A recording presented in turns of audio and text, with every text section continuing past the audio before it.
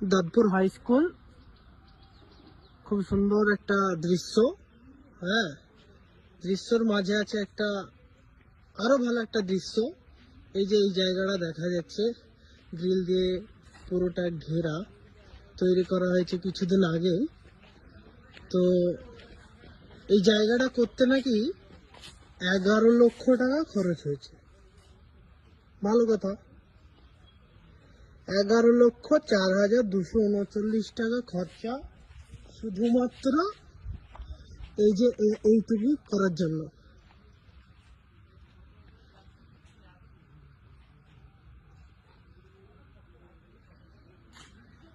এইটা করার জন্য এত টাকা খরচা।